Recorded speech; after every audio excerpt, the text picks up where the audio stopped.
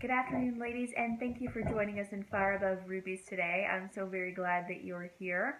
We're diving into Psalms chapter 42 today, and I'll quickly say that this is a very relatable chapter. If you're going through a little bit of a rough time or face some discouragement, you can hear the psalmist struggling with the situation here. But what I love about it is that it's bookended with praise and adoration on both sides of his struggle. No matter what you're going through, God is worthy of your praise and your love and your worship. I'm going to focus on verses 1 and 2, and then we're going to talk a little bit about cures for complacency. Verses 1 and 2 read, "As the deer longs for streams of water, so I long for you, O God. I thirst for God, for the living God. When can I come and stand before him?" Not when can I fit God into my schedule, but when can I come and stand before God? I'm ready. I'm waiting. You can hear the desperation in the psalmist's voice here. If you've been walking with Jesus for a long time, if you've gone to church for most, if not all of your life, you know that there are times and seasons where it's difficult to have the same passion and zeal that you once had for standing in the presence of the Lord or for your relationship with him. It's a little like getting married and believing that the lovey-dovey, beautiful, sweet, sappy feelings that you go into marriage with are supposed to last forever, and then you don't know what to do when you get to the place where the honeymoon is a little bit over and you're left with reality in real life, and you've got to make choices to love that person and have a relationship with that person beyond just infatuation and excitement. So what happens to a marriage, let's use it as an example, when familiarity sets in? What happens when you no longer try? What happens when you're not excited or happy when he walks in the door from work anymore? What happens when you don't care how you present yourself to him anymore? Complacency is what happens. You begin to be like, whatever, I love him, but, we have a relationship. Why should I really try that hard? We don't want that in our marital relationship. Why would we want it in a relationship with Jesus? When complacency sets in, a relationship becomes strained and it struggles genuinely to stay afloat.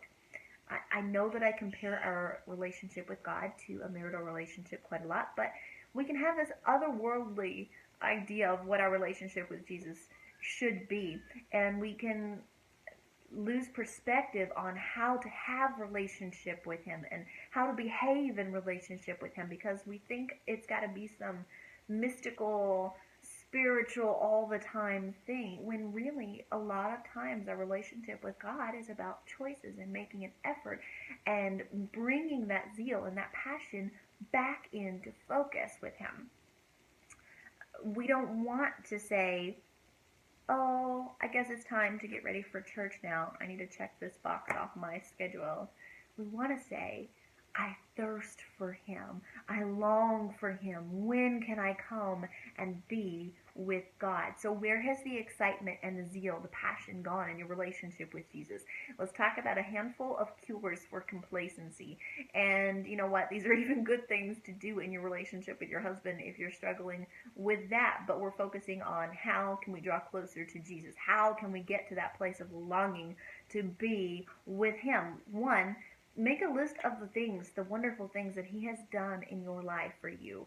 If the Lord has blessed you, if the Lord has provided for you, if he has been faithful to you even when you make mistakes, if he has healed your body or your family, write a list of those things. It's really hard to be blasé about the Lord and your relationship with him when you're thinking on the wonderful things that he's done for you.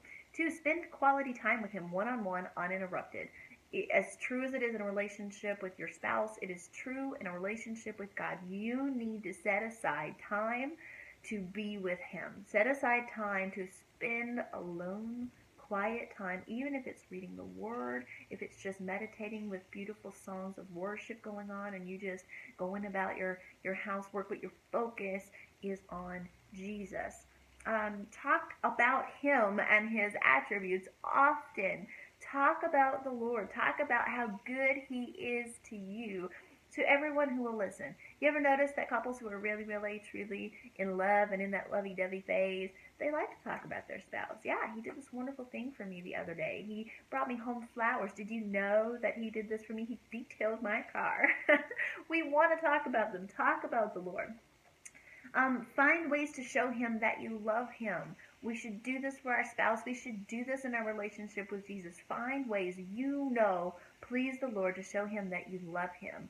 Whether it's spending time alone with him, whether it's doing something for someone else that would please him, whether it's being generous and kind and patient and loving.